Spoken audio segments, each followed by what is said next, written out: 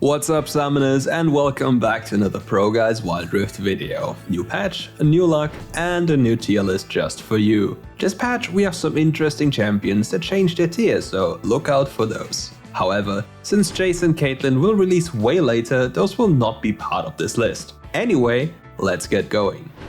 We start here with our lower elo tier list, and we start with Tryndamere in the Baron lane.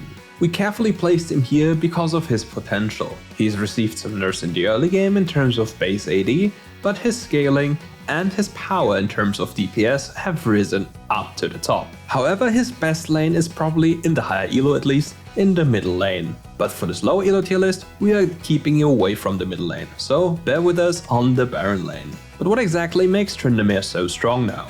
Tryndamere now has access to an attack speed steroid which allows him to deal a lot of damage per second. Previously, all you have seen is a Tryndamere slowly smacking you to death over like a long period of time. Now, he actually has the attack speed to bring up some more. However, to unleash his full potential, you have to be very aware of what you're doing. Because, in theory, yeah, it's a lot of bonking on heads, but if you look at it closely, it's more than that. You have to understand when and how you want to all in. And Tryndamere is not really a bad champion. With the right summoners, in this case Ghost, he can take over a teamfight while being unable to die. But why exactly would we take Ghost on Tryndamere? Well, Tryndamere loves running after you and he can go over walls anyway with his third ability. So why should he commit a summoner spell to something he can do anyway and not something that helps him stick to targets? And especially if you think about the reset mechanic on Ghost, it becomes just supernatural to take this. On a takedown, the buff's duration is increased by 6 seconds, and the speed burst is increased as well. So why would you ever take Flash on this champion? It just seems like such a waste. But now let's move on to our next champion for the Baron lane. Here we have Pantheon. In the recent patch, Pantheon's ult cooldown has been adjusted a little bit, so he has even more map presence now. But what makes Pantheon so strong in the lower elo bracket?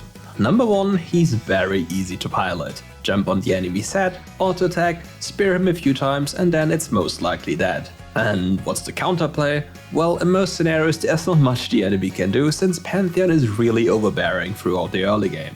And if you build the right items, you don't even fall off that hard. You become more of a tank though, but you're still a major threat to any carry champion on the enemy team. And if you use your third ability right, even in teamfights you're not going to die that fast. So watch out for this champion and be very careful because Pantheon is a very heavy snowball champion and his goal is to crush the lane. So if you mess up in lane, you're in for a whole world of pain because once you're dying to him, you will always keep dying to him. And then anyone else on the map will be very upset because then the Pantheon is gonna kill them as well. And all of that because Pantheon can easily transition his leads to other lanes by using his newly buffed ultimate more often now. So please don't int the Pantheon. Your team will be thankful.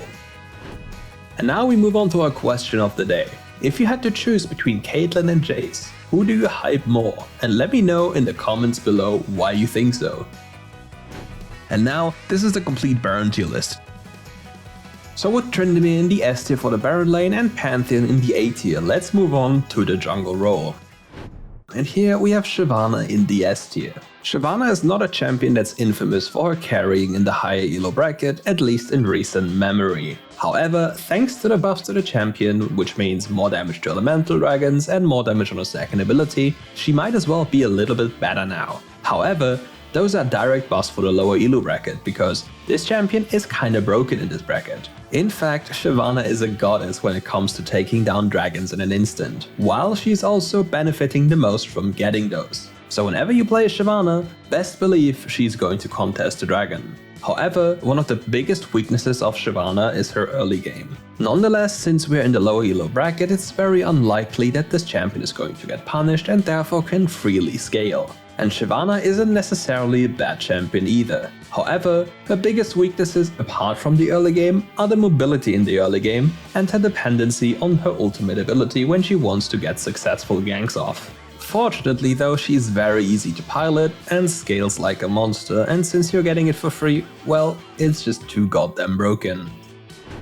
And with that, we go over to the Diana in the A tier. Diana has received some minor changes to her clearing potential, but even before that she was easily be playable in jungle. However, you have to be aware that she can only clear in a very specific way, and early game, especially on level 2, she is kinda weak. But all of this doesn't matter for the SEA region, because Diana has been a power pick there for a while now, and with the newest change we might see some more Diana jungle incoming. And if we are brutally honest, her third ability's range is obnoxiously large. It's just not real, it's like my entire screen and I'm playing on an iPad. So watch out for her jungle clear, because she can easily do Crux into red buff, into Raptors and then into the Scuttle Crab. She might even adjust her pathing a little bit to match those level 2 gankers and just soak XP in the middle lane. But the funniest thing about Diana is that she's categorized as a fighter and a mage at the same time. And with just a Rod of Ages and her second ability, she feels like a true tank that just one-shots you. Which is kind of confusing, isn't it?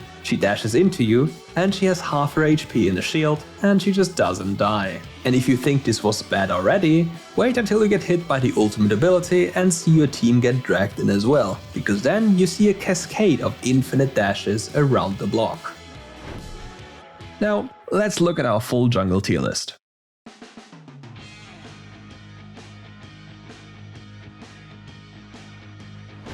But now let's move on to the middle lane. For the middle lane, we have the A tier with Graves. Graves is an easy to pilot laner, and his entire plan for the lane can be summarized as push, get priority and play around your jungle. Nothing can really happen to him unless he intentionally runs it down. And I literally mean it. So to avoid such things from happening, make sure you have your ward that shows you where the enemy jungler is going to come from. Because if you know where he's not, then you can lean towards that side and never die to him. And if you think about your game plan about pushing and helping your jungle, it makes it super easy to execute.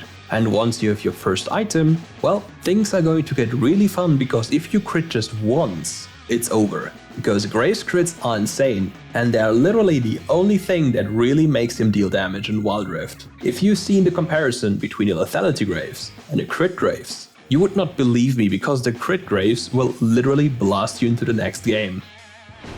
And now we come to our second pick on the middle lane. It's Ziggs, and he is as well in the A tier. Ziggs has received some placebo nerfs over the time, but nothing really to push him out of his top spot. Which means all of the changes that hit him were just minor inconveniences that don't really change anything about his functioning. What I mean by that is, Ziggs is infamous for defending the tier 1 turret in the middle lane for all eternity. As long as he's alive, there's no way this tower falls unless the enemy team commits a lot of resources, including the Herald, for it. Another thing that makes this little yordle quite annoying to deal with is the fact that nobody on the enemy team is allowed to take any objective as long as this little guy is alive. Because if they do so, he might throw his Mega Inferno Bomb onto it and just steal it or kill the enemy team at the same time. And if you take the recent Ludens buff into consideration, like the one from a few patches ago, you'll quickly realize that this buff helped him a lot and made him even more annoying to deal with. And whenever you're bored of the mid lane Ziggs, just play him bot lane. He's a flex pick, so enjoy your time. And now, let's take a look at our mid lane tier list.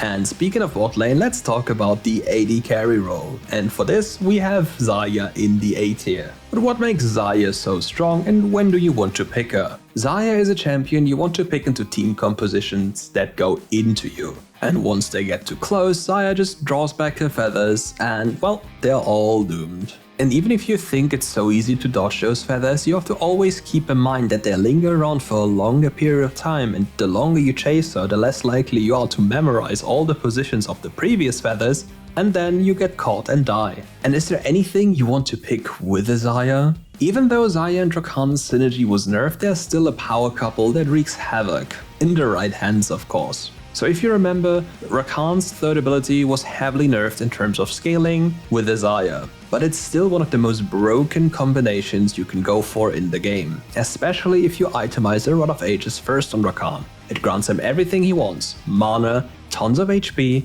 and AP. Because if you think about your shield scaling and look at the AP of the Rod of Ages, you get a lot of extra shielding and deal a lot of extra damage with the rest of your abilities. So if you're thinking about playing duo and you like Xayah, just get a Rakan next to you and stomp some people.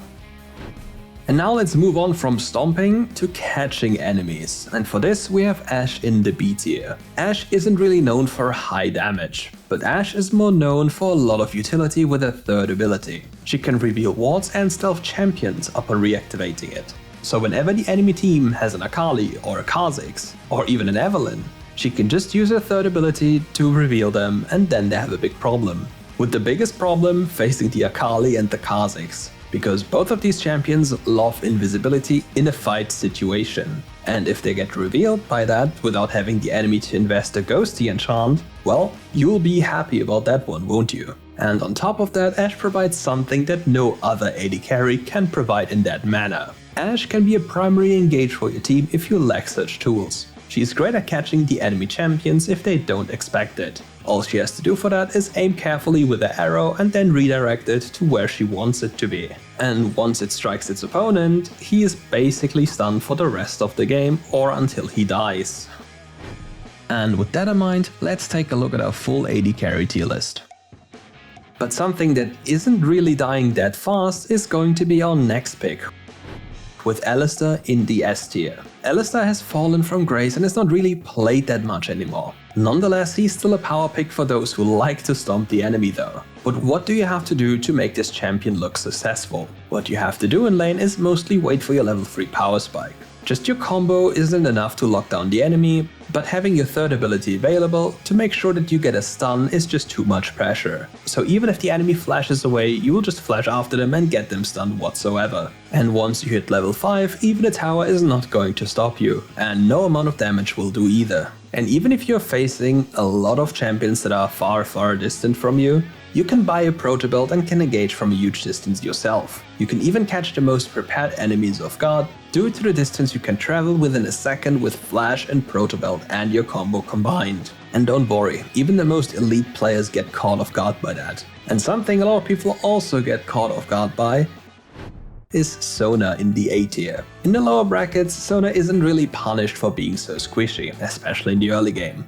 Therefore, you're getting a jail-free card and are allowed to scale. And if you have seen the Sona scale, well, you best believe that as you hit the later stages of the game, Sona becomes too obnoxious to deal with if she pays attention to her positioning. With her alive and on your team, you cannot lose extended fights, it's just not possible. Whatever damage you're dealing, she'll just heal them up again, and if you get too close, well, a veteran Sona will be able to use the empowered second ability to reduce your damage, basically functioning as an exhaust. So for example, whenever you're facing Indiana or anything similar, make sure not to waste your green empowered auto attack. If you keep it for the Diana, when she goes in, her damage will be cut so unbelievably much that she's basically dealing negative damage.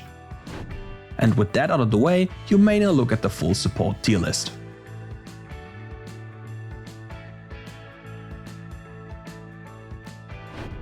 And that's it for today's video. Thank you all for watching and see you tomorrow for another ProGuides video.